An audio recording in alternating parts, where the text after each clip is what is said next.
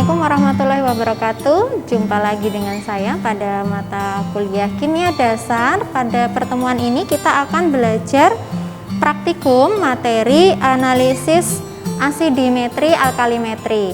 Nah, untuk yang akan kita praktekkan ini adalah bab alkalimetri. Alkalimetri adalah penentuan kadar asam dari suatu sampel dengan menggunakan larutan baku, yaitu larutan basa. Sebelumnya akan Ibu perkenalkan dulu alat-alat yang digunakan. Yang pertama adalah buret, kemudian ada pipet, kita menggunakan pipet 5 mili, kemudian ada propipet, kemudian ada Erlenmeyer, dan reagen. Reagennya ada HCl, ini yang akan kita lihat konsentrasi HCl-nya berapa, jadi kadar asamnya berapa. Kemudian berikutnya adalah indikator PP. Indikator PP ini adalah indikator basa. Jadi kalau nanti dia berada di suasana basa, dia akan berwarna pink cantik ya. Kemudian larutan baku atau larutan standarnya kita menggunakan larutan basa NaOH yang sudah diketahui konsentrasinya yaitu 0,1 N. NaOH ini sudah kita masukkan ke buret. Ya, di buret ini isinya adalah NaOH 0,1 N. Lalu kita catat dulu berapa volume awal dari buret ini. Ya, kita catat dulu. Kemudian berikutnya Ibu akan meracik dulu bahan-bahan yang dibutuhkan.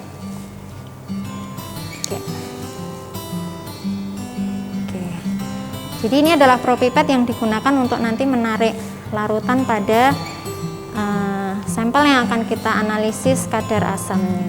Yang pertama langkahnya adalah kita mengambil HCl-nya sebanyak 5 mili.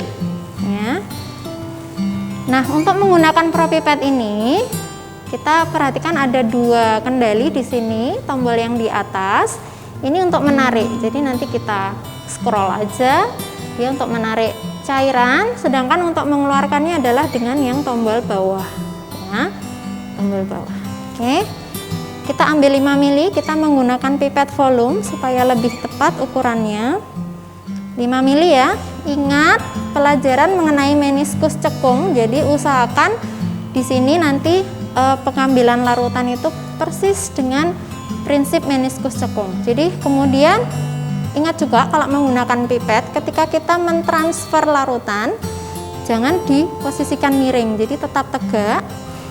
Lalu kita letakkan pada Erlenmeyer yang masih bersih, ya. Oke, posisi untuk mengeluarkan larutan yang dimiringkan Erlennya, jangan pipetnya. Oke, lalu kita keluarkan dengan menekan tombol yang bawah. Jadi biarkan dia mengalir melalui dinding Erlenmeyer.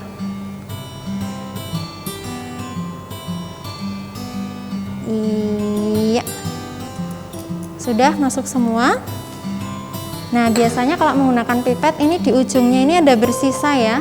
Ini dibiarkan saja karena ini adalah ekstra volume, jadi jangan dikeluarkan. Oke. Ya, sudah, jangan lupa dibersihkan pipetnya setelah digunakan.